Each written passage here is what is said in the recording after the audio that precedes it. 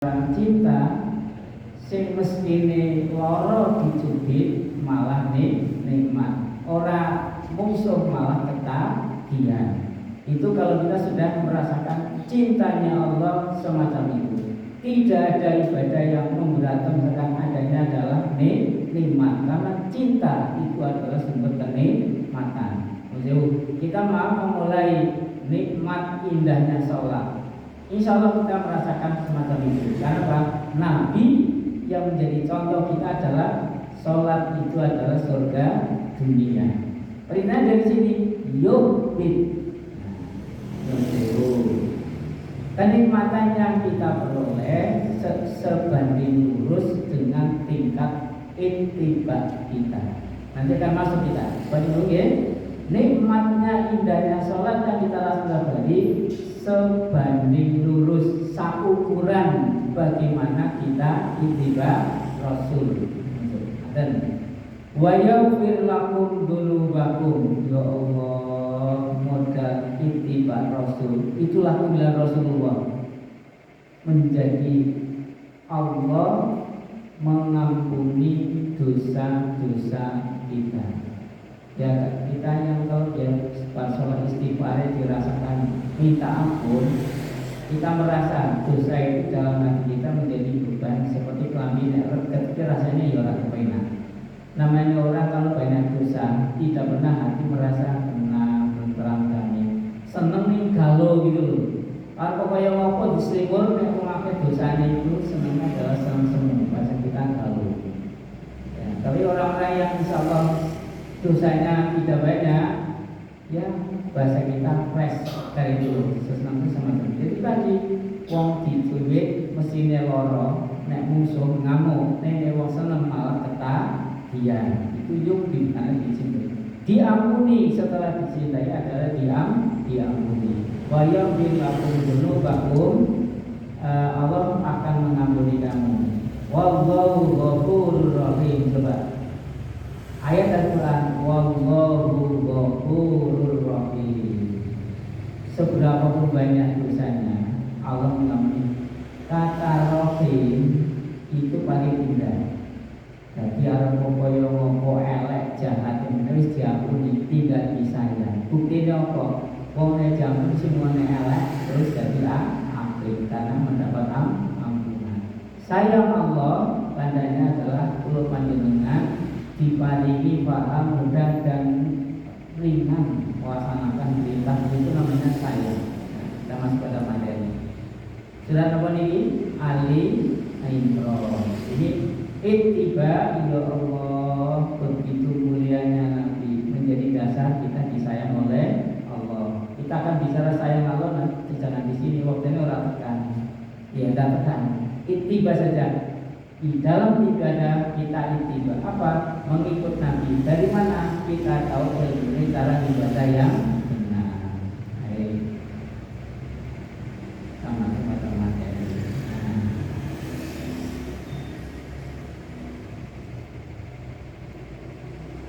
Ini ada di HPT. Ini sholat. Apa artinya? An Malik bin, ini ada di HPT ini. Sholat sallu kama ra'aitumuni usolli. Saya tidak bawa poin keluar. Bisa dibaca? Awas aja ya. Sallu, sholatlah kamu sekalian. Ini Pak Wandi Sikulino ngerti Pak, penggil mati ya, penggil amal. Sallu, sholatlah kamu sekalian. Mana yang kamu? Ini loh. Wabu alim, ini perintah Nabi kepada para sahabat. Sallu, sholatlah kamu sekalian. Kamanya artinya tetap sebagai mana. Kama sholaita, kama barokan. Kama itu sebagaimana ro'aitumu, kamu sekalian melihat nih aku usolli sholat. Nah, jadi di dalam sholat kita adalah ittiba. Yang perintah melihat, waktu itu kan sahabat, kita melihat Nabi tidak sekarang. Melihat betul? Tidak. Dari mana melihatnya? melihatnya adalah melalui ilmu tentang kesolatan yang dulu diterima dan diamalkan oleh sahabat. Kalau diterima, diamalkan oleh sahabat, terus diberikan kepada tabiin sampai kepada ulama. Ulama menyampaikan cara sholat itu melihat, melihat itu bisa dengan mata, bisa melihat dengan akal. Seperti apa dalam hisab itu loh. Melihat dengan akal namanya ru'yat, melihat dengan akal namanya hisab. Nanti kalau bisa kata ro'a, dengan belajar ro'a, melihat itu dengan dua apa? Dengan kasat mata namanya ru'yat, tapi melihat dengan akal namanya hisab. Melihat tapi tidak pakai mata ini, tetapi dengan akal ilmu. Nah, sama dengan kita. Ra'aitumuni, kamu melihat. Kita tidak melihat Nabi dengan kasat mata, tapi pakai ilmu. Itu namanya di dalam belajar bahasa Arab, melihat ada dengan dua cara. Aslinya telu bukan dua, salah kan? Pertama melihat dengan kasat mata, namanya ru'yat. Ru'yat tidak itu loh, ru'yat. Melihat dengan ilmu hisab. Terakhir dengan hati, keyakinan. Nah, melihat yang tertinggi adalah dengan hati. Jadi mata, akal, hati. Bagi orang Islam, saudara kita yang dari Muhammadiyah dan yang lain, melihat hilal dengan ilmu dan hati. Jadi meskipun tidak melihat ketok bulan yang nongkrong, tapi kita yakin tanggal 1 Ramadan jatuh hari ini karena melihat dengan ilmu dan iman, namanya ro'a. Sebenarnya sama dengan alam taro kaifa fa'ala rabbuka bi ashabil fil. Saya tanya, ayat ini turun kepada Nabi. Waktu ayat ini turun, apakah Nabi melihat peristiwa tahun bergajah tidak? Caranya, ini kan ayat menerangkan tentang kelahiran Nabi. Ketika ayat ini turun, Nabi melihat peristiwa bergajah boten? Enggak, itu ro'a bil ilmu dan bil qalbi, dengan petunjuk wahyu dan keyakinan. Ya sama dengan sholat kita. Sholat dengan melihat Nabi, melihatnya adalah dengan ilmu dan keyakinan. Usolli, saya sholat. Ini bukan hal yang baru. Kalau kamilan betul, yang terakhir. Nek kamilan tolong stop. Saya akan menyampaikan ro'aitumuni. Loh, bicara sudah surat Nabi. Melihatnya dari dalam kehidupan. Ada 3 tahapan dalam Islam. Melihat dengan kasat mata. Jadi melihat apa ini? Mata telanjang. Yang kedua, melihat dengan ilmu akal. Yang ketiga, melihat dengan hati, keyakinan. Di dalam prakteknya, dengan sholat misa tadi malam, aslinya itu pakai apa Pak tandanya? Kalau mega merah sudah, mega merah sudah hilang. Dengan sholat misa ningali mega maupun ngangge jabal. Jam itu waktu kalau mega mboten. Kenapa dengan percaya pakai jam? Karena itu namanya ilmu dan keyakinan. Dari mana? Sing ngitung ilmu tentang jadwal sholat adalah memang bidannya, pakarnya. Itu namanya ro'a bil ilmi dan bil qalbi, melihat dengan ilmu dan agama keyakinan. Yang lainnya begitu. Saya tanya, besok subuh aturan sholat subuh bagaimana?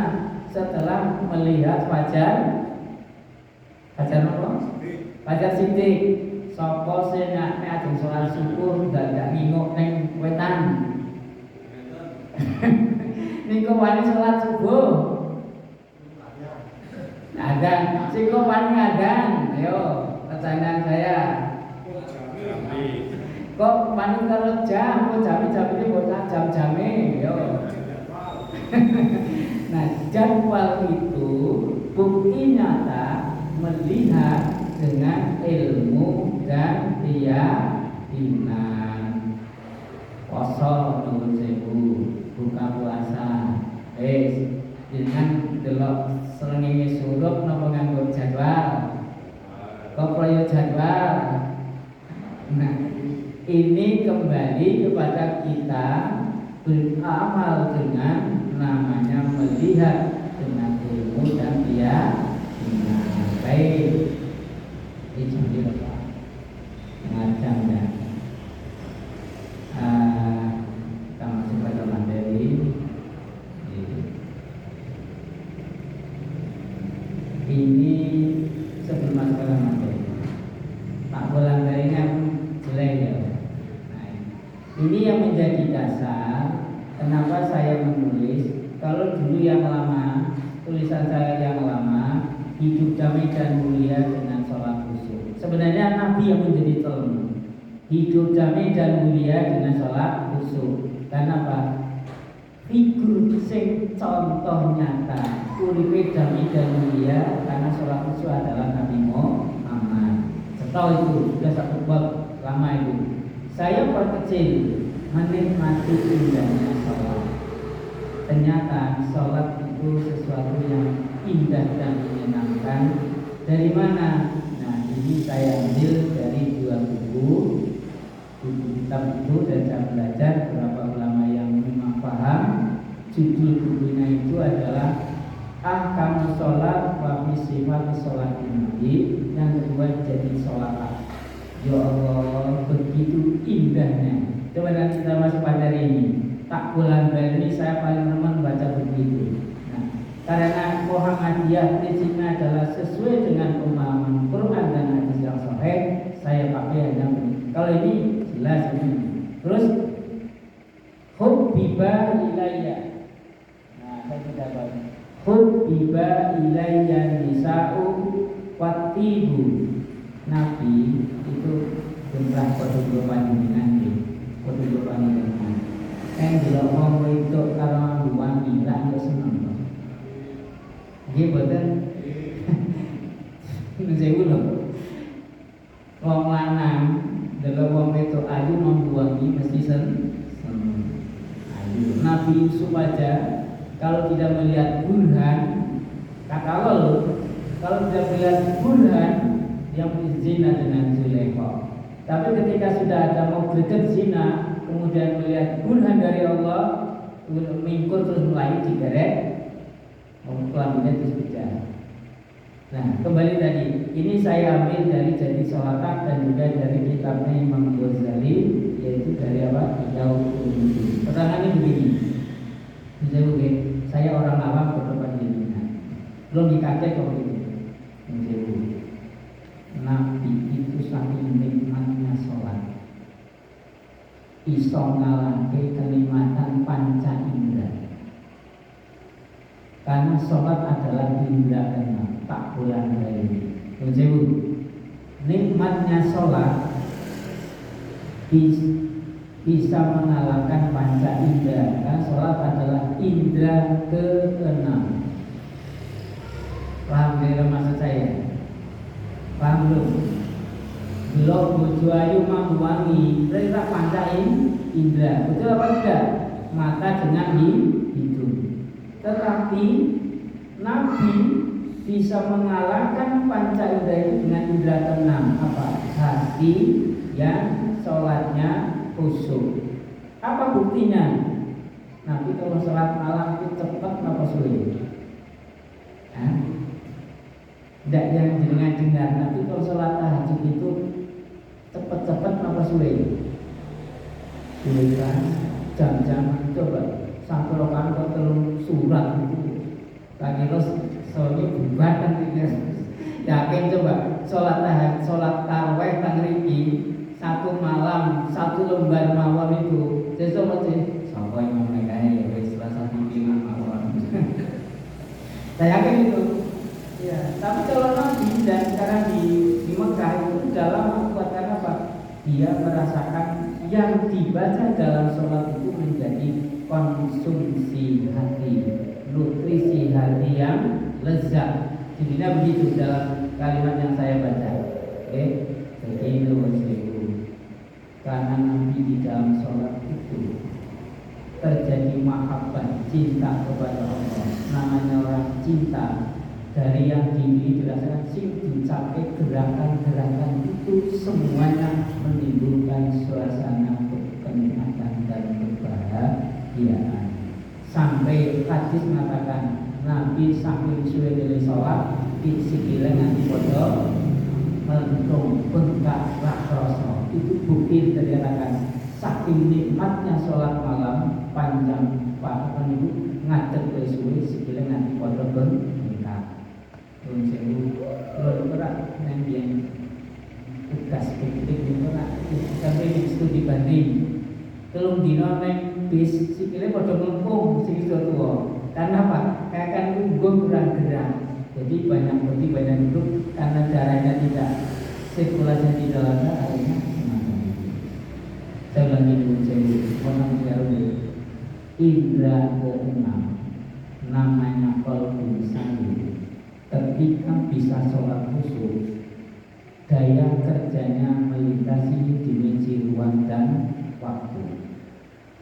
Apa tepatnya? Saya suami melihat istri sakit dalam ruangan terbatas. Ya enggak, nanti Joko gue mampu lagi orang ngerti.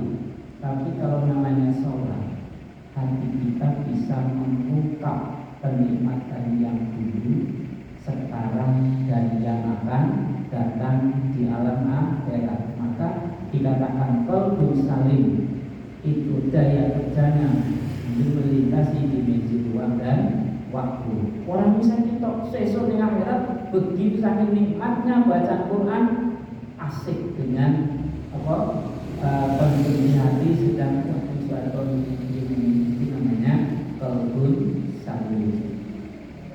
Bisa dipahami kebablasan betul. Jadi sholat itu nanti intinya yang banyak kerja adalah dimensi hati.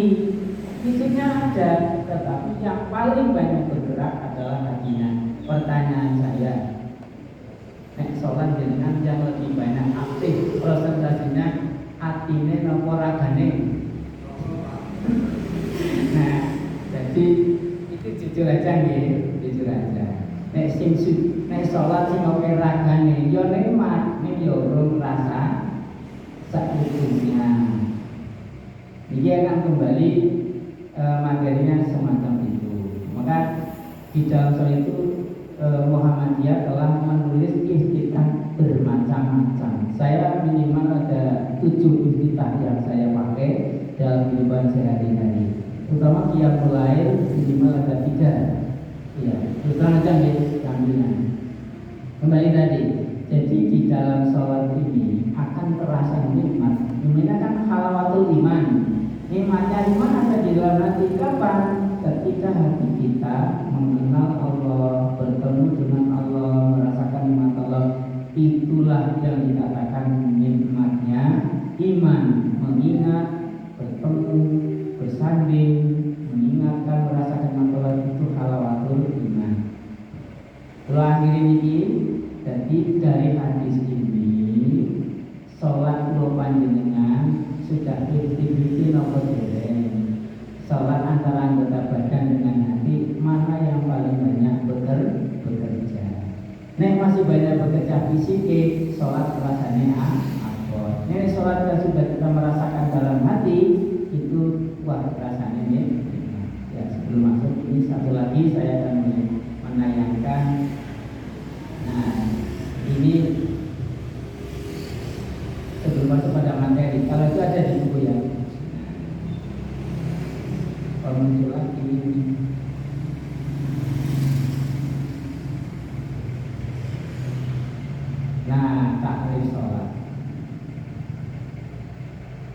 arti sholat yang tidak biasa.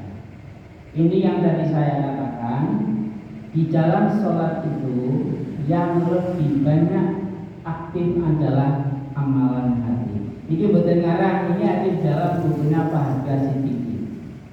Di situ tidak ada, karena di situ hanya tadi pertama dan dua. Tapi yang ini tidak saya masukkan situ, karena kemarin terus terang saya itu nggak sempat membuat tentang kopi. Nah, tapi materi di situ tidak ada dua. Ini tambahan tadi.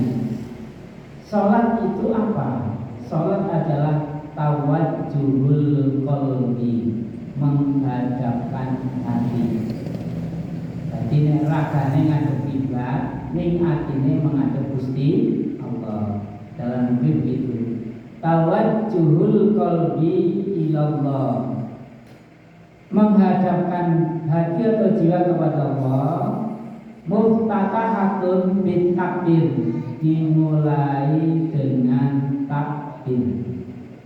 Aqwalun wa af'alun, salat itu terdiri dari ucapan dan perbuatan. Nah ini yang nomor dua. Cocok apa enggak? Wa yab'atsu fihi jalala 'azamatihi. Setelah ucapan Allahu Akbar, awak dewi iki rumangsa wong sing ngadeg, tapi dengan kalimat Allahu Akbar ini yang besar, awak dewi ragane dadi wong sing tunduk. Oh berarti Allah Maha kita sudah tunduk kecil, nanti masuk. Wajib masuk jalala azamatihi, merasakan kebesaran Allah. Ini menunjukkan takbir. Yang kedua, wakamalihi, dan kesempurnaannya. Ya Allah. Wajib itu bisa mendatangkan rasa takut. Nah, jadi waktu ini orang tekan, poin Allahu Akbar, kalau kebesaran Allah, kita bisa merasakan kebesaran Allah. Nanti kalau praktek, ini sana juga. Kebesaran Allah, kesempurnaan Allah, dan adanya tumbuh rasa khauf, takut kepada Allah, dan diakhiri dengan salam. Nah, Bapak Ibu, ini saya terjemahkan begini. Ini saya ambil dari kitab Ahkamus Sholat. Nah, baik.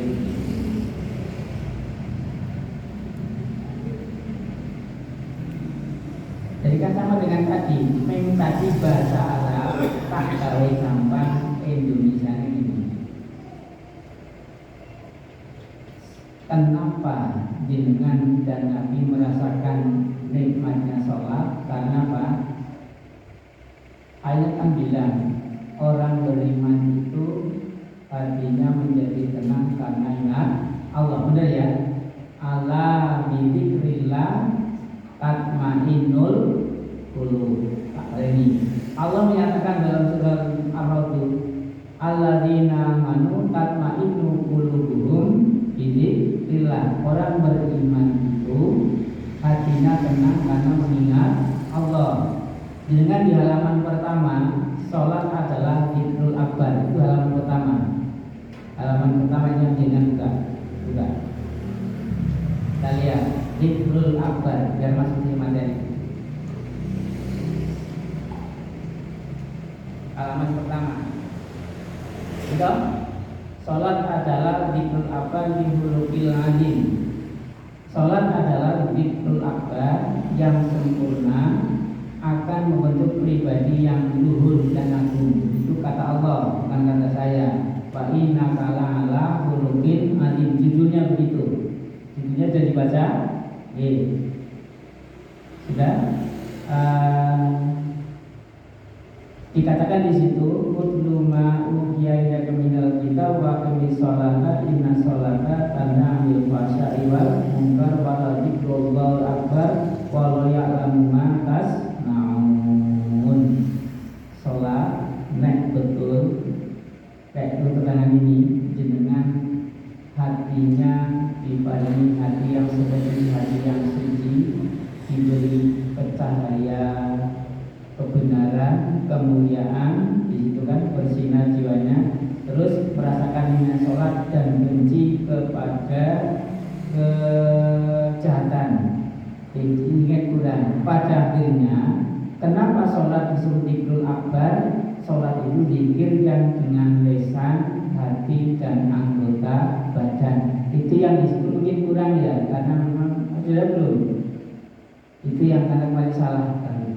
Jadi kalau yang baru, tulisannya yang baru di dalam keterangan ayat, kenapa sholat dikatakan dzikrul akbar yang sempurna? Di dalam sholat itu zikirnya dengan lisan, hati, dan anggota badan terpadu. Sehingga ketika sholat, badan kita menghadap Ka'bah sebagai center biar orang tidak menggok, hati kita secara utuh adalah menghadap Allah. Itu begitu. Oke. Dan masuk pada materi ini dzikrul akbar. Masuk pada materi. Saya nyetel dulu ya. Dipakai kamera. Kalau dengan sholatnya khusyuk, seperti orang sedang menghadap ratu. Ini sholatnya orang khusyuk, kaya wong di penjara. Artinya apa? Kita lihat dulu pakai kamera ya. Nah, ini pakai kamera. Tidak apa. Yang memang ramai begini ya. Saya lihat pakai kamera. Ini belum betul ngarang. Saya orang awam, ini melu-melu. Kelihatan gede betul. Gede. Menikmati indahnya sholat. Sholat ibadah yang agung, menghadap raja di istana. Sholat kewajiban seperti di penjara. Kenapa maksudnya?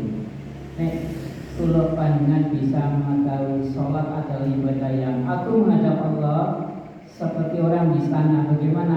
Nah, istana itu kan suasananya tenang, damai, bangga menjadi abdi dalam. Abdi dalam itu bayar gede apa sih Pak? Hah? Abdi dalam bukan kebanggaan dibayar, tapi dianggap kerabat keraton. Dan jangan Abdullah ke orang bangga itu banten. Abdullah itu kan di atas semua raja dunia mati. Kalau Allah adalah Al-Malikul Muluk, rajanya diraja yang tidak akan mati. Ini bangga itu loh. Nah, nanti ada gambaran sedikit. Tetapi kalau sholatnya tidak dipahami asal-asalan, kalau sholat kayak di penjara. Kalau di penjara bagaimana? Ya misalnya pengen mentu saka penjara. Gambarnya begitu. Ini saya ambil dari kitab Al-Jami'u Ahkamus Sholat Wajibati Sholatun Nabi. Di situ bisa aja. Nanti saya kenapa pakai LCD? Karena kalau semua ditulis di buku, waktunya orang tekan. Itu kan tulisan lama waktu tak kopi gitu. Ini yo alat-alat bantu. Kita lihat begini. Ini kan sudah. Ini saya langsung pada materi. Coba ini kalau orang sedang sowan kan begini. Aslinya ada videonya. Aslinya loh. Suasananya hikmah.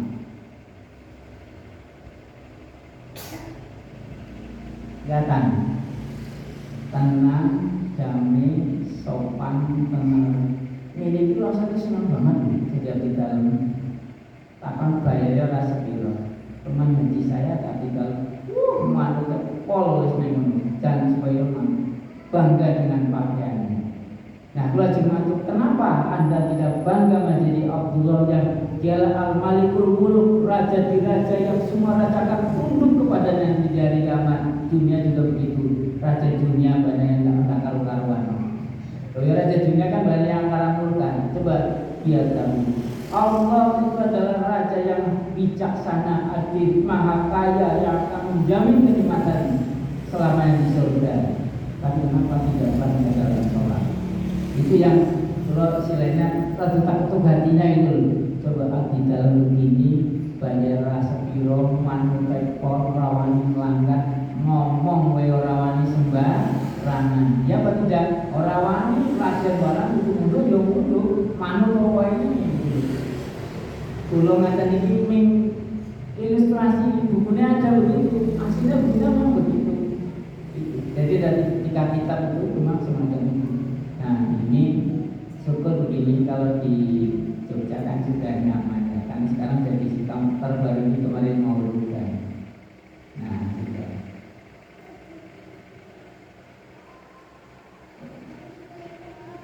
Orang mana ini? Mana mas suaranya? Oh, suaranya orang ketok. Bukan bisa.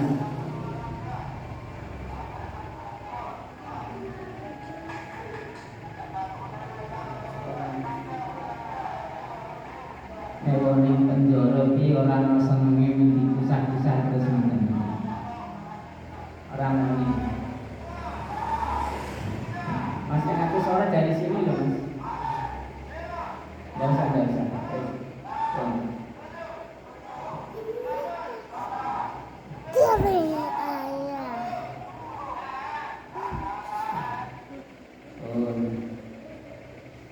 Ini wong tangan pun. Terus kita masuk pada materi lagi.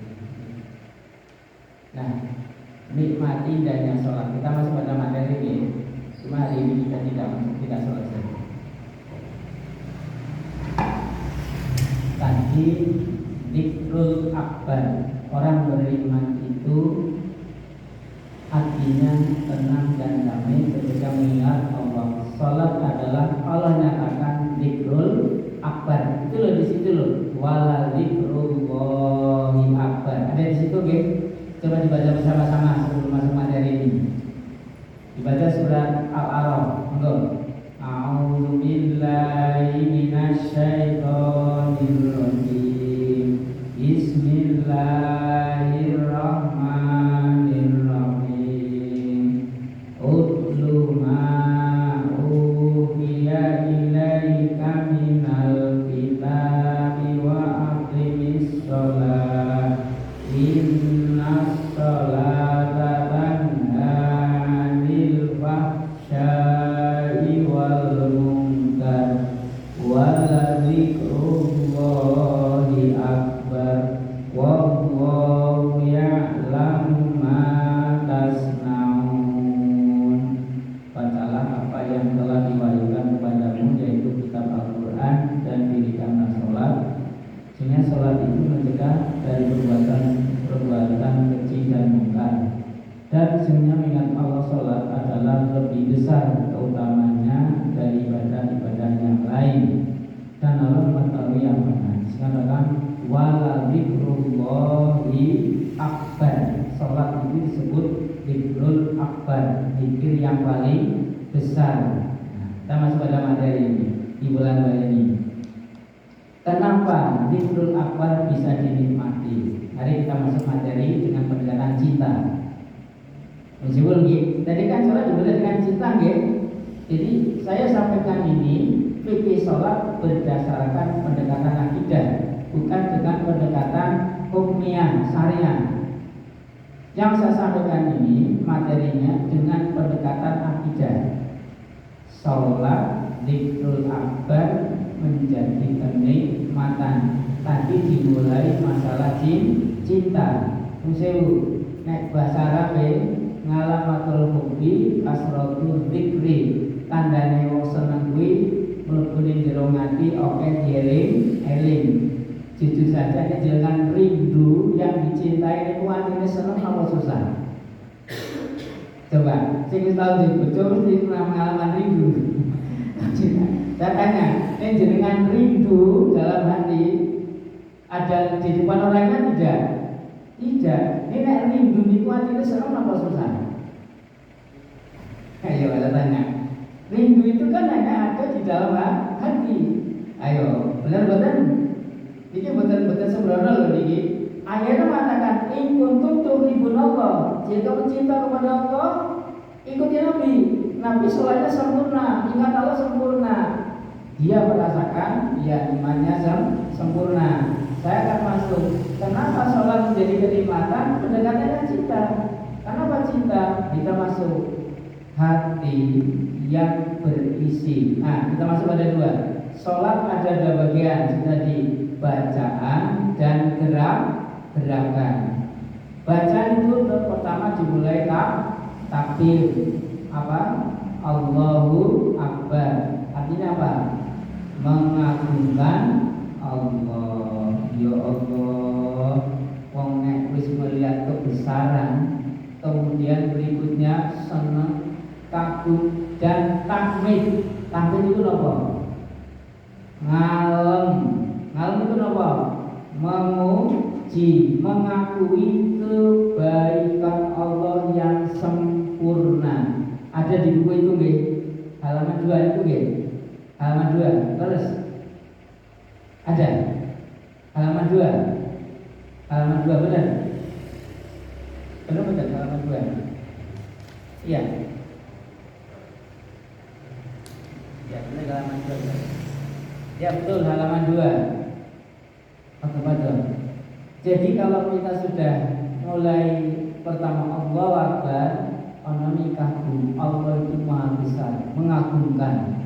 Nah, contohnya apa? Kemarin kita mengenal Allah dengan Asmaul Husna. Terus ngalem pelan-pelan. Terus ngalem. Yang kedua adalah tahmid, mengakui kebesaran Allah Subhanahu wa taala. Tasbih subhanallah. Tahlil asyhadu alla ilaha illallah wa asyhadu anna muhammadar rasulullah. Terus berikutnya adalah doa. Banyak itu panjang sekali. Baik Bapak Ibu, jadi kalau kenapa sholat itu bisa indah, kita masuk materi satu per satu. Saya akan ngatur berdiri. Waktunya tinggal 6 menit, tidak apa-apa. Memang nanti ada waktu jawab. Saya masuk materi. Coba indahnya sholat dengan banyak pendekatan. Saya mau berdiri. Dimulai dari takbir ya. Oke. Coba. Ketika mau sholat, hadap wajah raga kita menghadap Ka'bah. Hati kita menghadap Allah. Dengan Allah siapa? Ketika mau sholat dengan sebut dalam hati siapa? Aswen. Kalau di sini adalah menggunakan ayat kursi. Dalam hati loh. Allah adalah zat yang agung sempurna, hidupnya sempurna, melihat menilai kita sepanjang hayat. Al-Qayyum. Keagungan kesempurnaan Allah tidak pernah terus menerus ngurusi makhluknya, termasuk mau sholat, tidak sholat. Allah ngurusi kita. Ngurusi apanya? Seluruhnya. Allah. Bayangkan. Kalimat Allah Akbar ini, kalimatnya Allahu Akbar. Ingat, bayangkan. Wong sak dunya berdiri menunjukkan tanda tunduk dan patuh. Lagi Allahu Akbar. Kalimat pendek ini memposisikan hamba Allah jenderal sampai rakyat jelata tunduk dan patuh dengan kalimat Allahu Akbar. Sak dunya. Apalagi kalau dengan adzan Allahu Akbar, Allahu Akbar. Saya lihat kemarin di internet Soko Surabaya tekan ini 2 menit azan terus. Allah Akbar itu menggetarkan hati untuk tunduk dan patuh kepada Allah Subhanahu wa taala. Allahu Akbar. Gelas. Ulangi. Allahu Akbar ini kalimat pendek, ranono tandingannya kata begitu. Buktinya apa? Azan sak dunya kalimat itu mengatakan hati hamba Allah mencari ridho Allah Subhanahu wa taala. Ini dengan sampai itu Allahu Akbar. Ya Allah, ketika mendengarkan azan gerak sak dunya kalimat Allah tadi menggerakkan hati orang yang mencari ridho Allah. Allahu Akbar. Wong sak dunya posisi berdiri ini tunduk dan patuh. Allahu Akbar.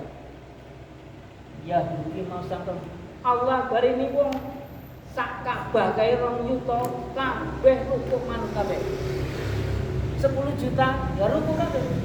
Kata Allah Akbar ini namanya halawatul iman. Orang ketok, tapi kebanyakan Allahu Akbar. Kalimat Allah Akbar ini menjadi orang apa? Tawadhu. Apa tawadhu? Merasa kecil. merasa lemah, itu namanya Allahu Akbar. Terus Allahu Akbar sujud, kenikmatan tertinggi karena apa? Merasa tazalul, hina di hadapan Allah. Allahu Akbar. Ini baru pengantar ya, tapi saya harapkan ketika Allahu Akbar dengan hayati ayat kursi yang saya belum itu kan selesai. Lihat di kita Allahu Akbar. Kalau kalimat Allah Akbar sampai ke dalam hati, otomatis posisi badan kita akan merasakan syiar kebesaran Allah. Kita mau diandal, itu bisa mulai posisi nikmat orang sholat. Nah, itu bukan kata saya. Belum koyo beo, tahu beo? Ini waton moni ini tak bulan bali tak waca tak rasakan begitu. Allahu Akbar. Bar ini menggetarkan hati saya. Aku wong cilik ra ono anjine dibandingkan Allah sing gawe urip wong sak dunya, gawe seneng, gawe sugih, gawe pangkat. Alah, aku dadi RT ora payu. Kan gampang sekali. Nah, itu dihayati. Itu butuh proses dan ini baru pengantar. Kita baru sholat adalah amalan hati dan amalan rogo. Tapi kalau didominasi amalan hati ketika panjenengan paham sholat, itulah ingatnya. Ya, dari kami sekian, monggo nanti saya bicara kelas dan jawab. Assalamualaikum warahmatullahi wabarakatuh.